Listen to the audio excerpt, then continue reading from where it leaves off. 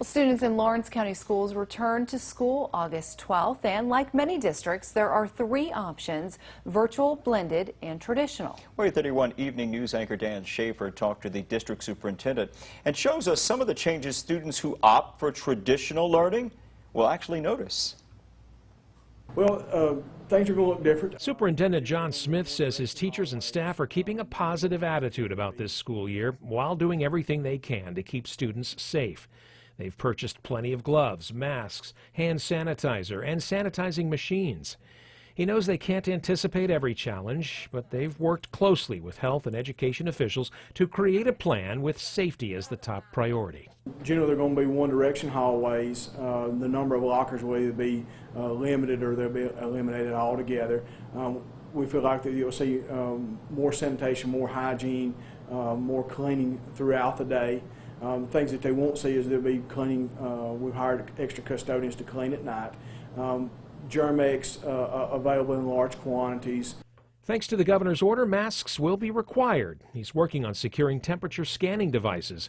If a student reads over 100.0 degrees, they're diverted immediately to the nurse's office. Students should bring their own bottles of water because water fountains will be shut off.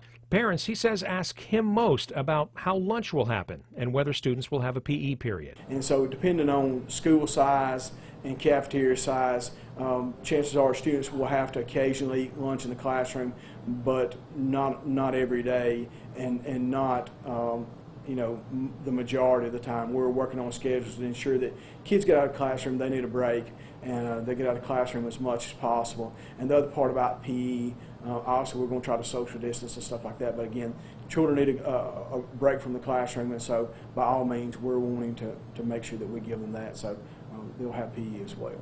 Smith admits transportation is going to be a real challenge for the district. He's encouraging parents who can transport their child in their personal vehicle.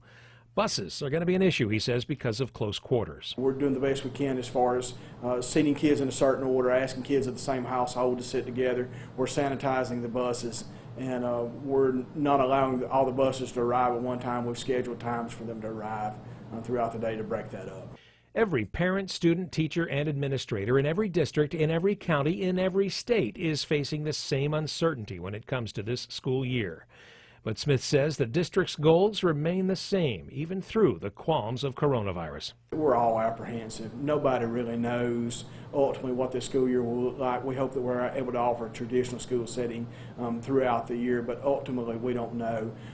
The thing that parents need to rely on is, one, that we're going to do whatever we can to keep their children safe.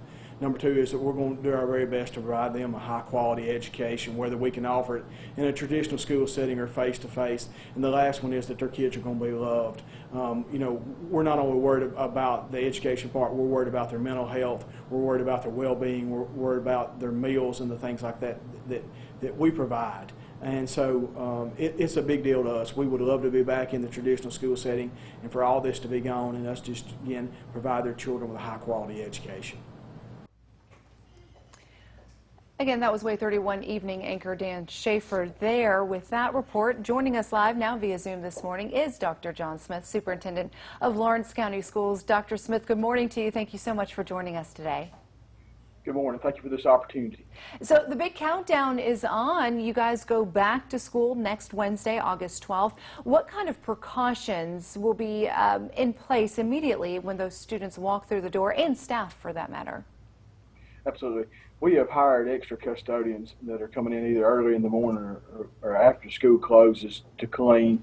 We have more nurses than we've ever had before. We're actually in the process of hiring 3 more. We're working on having thermal cameras that will scan each child as they come in to designate whether they have a temperature too high or not. If they have their temperatures too high, they'll be diverted to the nurse's office for a thorough examination to make sure that they're healthy and make sure that they should be there at school.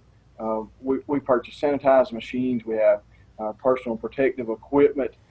Traffic patterns for our students going up and down the hallways should be one direction. We're trying to work on making sure that our entrances and exits, that we don't have students meeting. Again, they'll be one direction.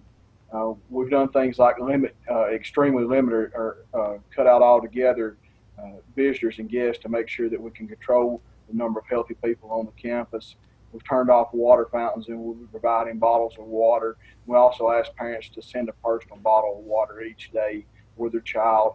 Also in elementary grades that we have some of the teachers, we have the teachers rotating the classroom instead of the kids. So this school year will look different than past school years. Dr. Smith, we just saw in Dan's story the three main things. You want to make sure that parents have that peace of mind, make sure that the kids are safe, make sure that they're getting a high-quality education, and that they're loved. And so talking about that, Lawrence County, we understand, is using some grant money to help with mental health in the schools. What will that look like for students? Absolutely. That's one of the things I guess we're the proudest of. For the last several years, the Lawrence County Board of Education has partnered with the Marley Sutton Foundation. And so we have been able to, again, partner together to provide 2 mental health counselors. In the last few days, we received notification from the State Department that has said that we are going to earn enough money to employ another mental health counselor. So for these kids that have been home for 5 months, we think that many of them will have mental health needs. And so to be able to provide, for a rural county to be able to provide 3 mental health counselors to work directly with students is truly phenomenal. That is so important. Very incredible stuff there, Dr. Smith. And as we all know, schools provide so much more than education. Why is it important for some students to have the district as a resource? I know you guys have food programs and other options to really help them and their families as a whole. It is for us, and I say this all the time, it's one of the things that anybody that hears me talk to our employees at any point, I will tell you that our school is the best place that many of our children have. And so to be able to come and get a regular meal, to see a smiling face, to see somebody that pats them on the back, that knows that truly cares about them, our kids need that. And so that's the reason many of us have been such a strong advocate of, if any way possible, to offer a traditional school environment. And again, with students being home for the last 5 months, they need that help, that mental health, they need that social interaction. And also, we're preparing kids for the future. What we do each and every day is important, so we need them in the school environment, whether it be traditional, virtual, or blended. We're going to make it work, and again, try our very best to give them a high-quality education. And Dr. Smith, we wish you the best of luck as you guys get ready to begin this very unique and challenging school year. Superintendent, Lawrence County Schools, Dr. John Smith, thank you again for joining us this morning. Thank you. All the best to you. 6:10 right now. Let's switch on over to Rob. And the sun's been